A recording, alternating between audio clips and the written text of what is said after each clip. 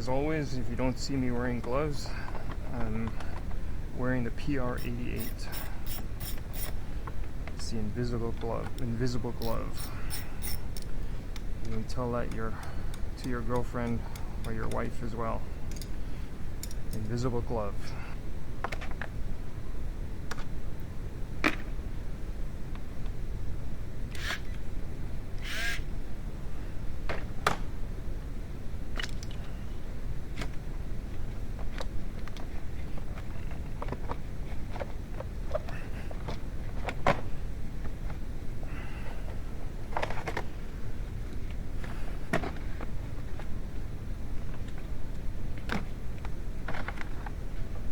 Going to move this hose as well. A little bit more room.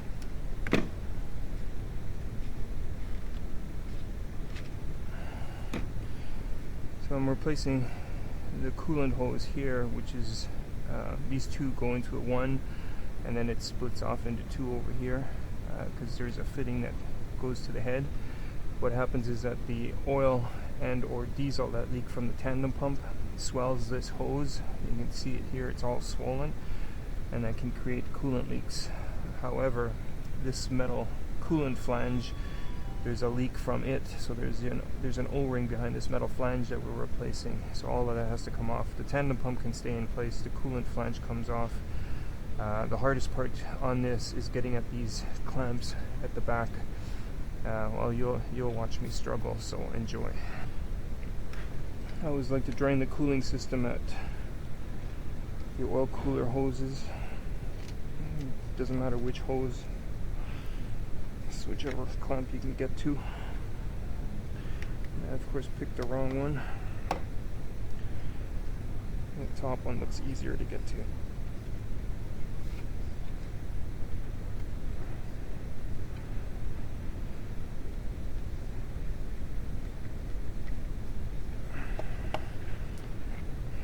Use a hose pick tool to break the hose free.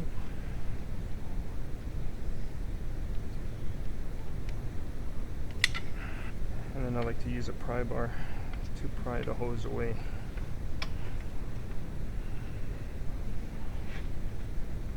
Again, whatever works for you.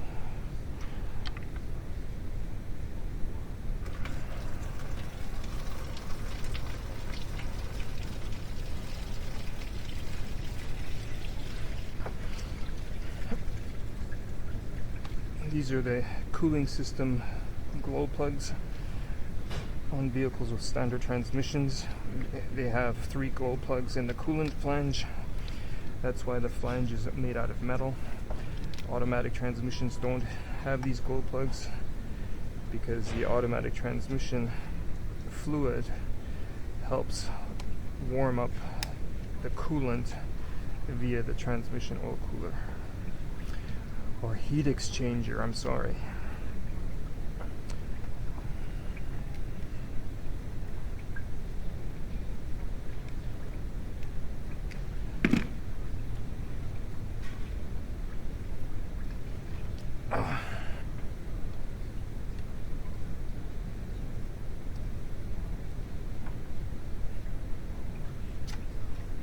Just be careful when using a hose pick. Sometimes they can bite into a hose, and then next thing you know, you have a tear in the hose.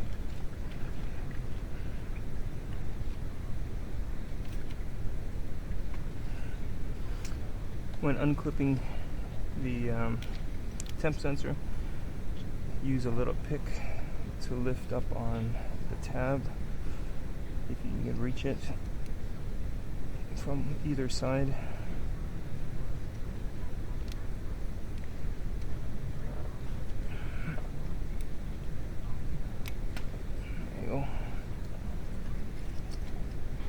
Got distracted, so I use a mirror and you can see the mounting bolts. So there's a 10mm right there that mounts against the block, or the head I should say, and there's a 10mm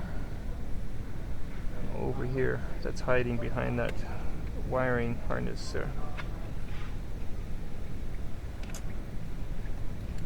I'm just popping out that harness here like this.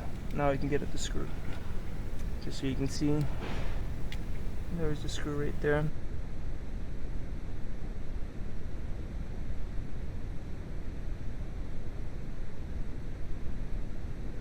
And with this harness out of the way, it's easier to get at. This one is up here. You can feel for it with one hand.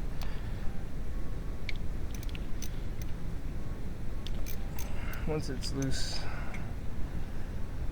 screw it out.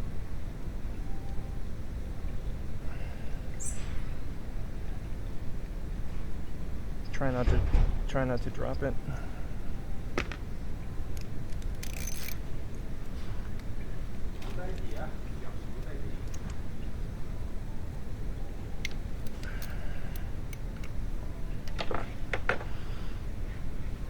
There's the second one. You can actually see it from up top with that harness out of the way. Same thing, don't drop it.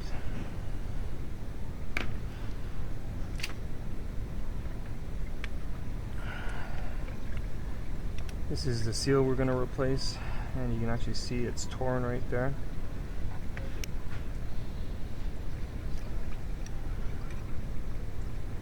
There's your problem, lady.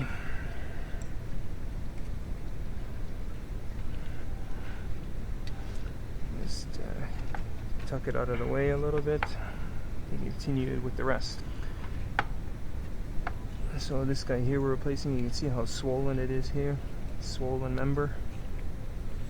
This hose clamp here we're going to take off. That's the hose that connects to the head. Get to it any way you can.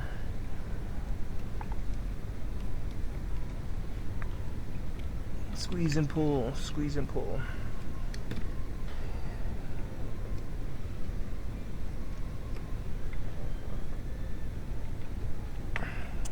Be very careful with this one here. This plastic flange can get brittle over time. Usually once the hose is loose, it'll start to move. Just twist it, rotate it, pull. Okay. Now the hardest two are the ones in the back. I recommend you get one of these cable hose clamp pliers. It's quite handy. It's all about the feel too. You feel for the hose clamp sitting in the clamp, and then you pull the trigger to release the hose clamp.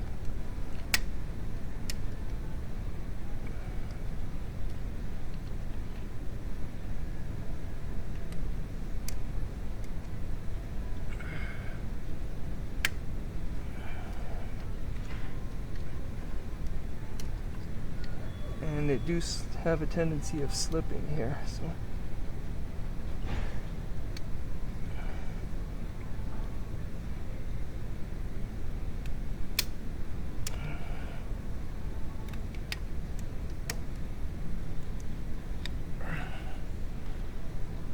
just wiggle the hose off.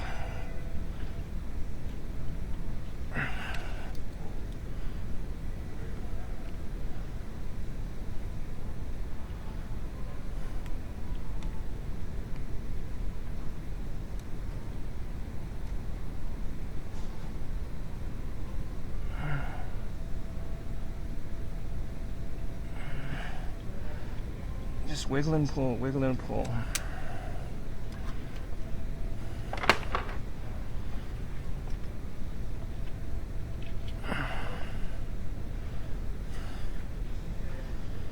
So as you can see, this guy's all swollen here. It's just a matter of time before it breaks. But the main leak is from this flange. Installation is universal removal. Clean the area. Recommend tandem pump replacement, unless there's a sealing kit that you can find. Obviously valve cover as well, but sometimes you can tell if it's oil or if it's diesel that's getting on everything. We're going to clean everything up afterwards. Customer's aware of the tandem pump recommendation, and then we'll just keep an eye on it next time he's in for an oil change. Installation is reversal removal. Thanks for watching.